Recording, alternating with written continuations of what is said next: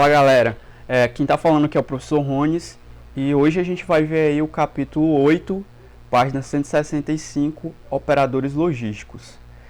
Pessoal, da mesma forma que a gente estava trabalhando antes, vamos trabalhar hoje, né? Onde você vai poder utilizar o seu material didático para estar acompanhando durante essa aula ou simplesmente consultando ele após o final dessa videoaula. Fica ao seu critério, fica à vontade. Mas antes, vamos revisar o conteúdo que a gente viu na aula passada. Na aula passada, nós vimos o que é a terceirização logística, que é a transferência de parte ou toda das atividades a uma empresa terceirizada, especializada em atividades e processos logísticos. Vimos quais são os motivos que levam à terceirização e, na ocasião, o motivo que leva mais as empresas a terceirizarem suas atividades é redução de custos. Estratégias da terceirização, onde trabalhamos com uma matriz 2x2 para decidir qual estratégia tomar na hora de terceirizar uma determinada atividade. Na ocasião, vimos que essa decisão é baseada na complexidade da atividade logística, ou seja, na competência que uma empresa tem de prestar ou não determinada atividade logística e na importância que essa atividade tem para a organização, para o sucesso da organização. Vimos também os fatores críticos para a terceirização logística, que são confiança no compartilhamento de informações, clareza nos objetivos e avaliar os benefícios que a empresa vai ter ao contratar uma determinada empresa de atividade logística. Foi isso que a gente viu na aula passada. Na aula de hoje, nós vamos ver o que é um operador logístico, qual o objetivo do mesmo, os tipos de operadores logísticos, classificação dos serviços logísticos e o que é um integrador logístico. Então segue comigo. Primeiro, o que é um operador logístico? Bem, o operador logístico é aquela empresa que é responsável pela gestão e execução de processos logísticos prestados à empresa cliente. Ou seja, a gente falou na aula passada o que era, uma terceirização logística. E falamos que essa terceirização logística é prestada por uma empresa especializada no ramo de logística. E na aula de hoje a gente está dando nome a essa empresa. Essa empresa em questão chamaremos a partir de hoje de operador logístico. Qual o objetivo do operador logístico? O objetivo básico, pessoal, é sempre agregar valor aos produtos e serviços percebidos pelos clientes às atividades logísticas.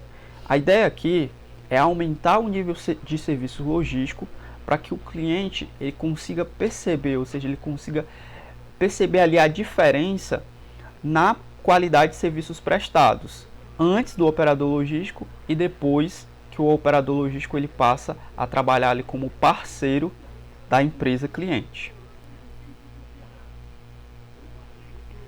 Tipos de operadores logísticos. Basicamente, a gente vai ter operadores especialistas na área de transporte, armazenagem e controle de estoque, serviço de valor agregado e especialistas em assuntos de legislação. Deixa eu explicar só um pouco mais aqui para vocês o que seria um serviço de valor agregado.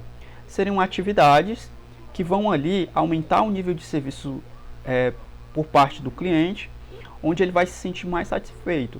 A ideia aqui é que o cliente ele consiga perceber a diferença quando não existe esse tipo de serviço e quando ele passa a ser utilizado pela empresa cliente. Vou dar o exemplo aqui do serviço de atendimento ao cliente, o conhecido SAC. Então, a gente percebe que o cliente às vezes tem uma necessidade de se comunicar com a empresa. E para que isso aconteça, é preciso que uma empresa especializada ela atue nessa prestação de serviços. Isso quando a empresa não tem competência, não tem os recursos, o conhecimento e a habilidade necessária para tocar essa atividade. Então é basicamente isso. Já os especialistas em assuntos de legislação, como o próprio nome já diz, são empresas que cuidam ali da parte mais burocrática, da parte de leis que uma empresa precisa entender ou pelo menos precisa ter em mente para tocar sua atividade.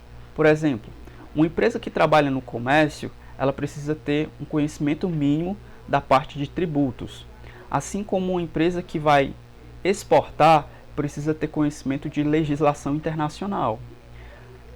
Mas, se essa empresa não tem a competência necessária para saber ou ter conhecimento acerca dessas áreas, ela pode simplesmente terceirizar essas atividades. Bem, vamos para frente. Com relação à classificação dos serviços logísticos, eles podem ser classificados de duas formas básicas: básicos e sofisticados, onde os básicos teremos transporte, controle de estoque e armazenamento, identificação do produto e formação de carga. Já nos sofisticados, a gente vai ter o suporte ao processamento de pedidos, montagem do pedido, planejamento de rotas, projeto de rede de distribuição.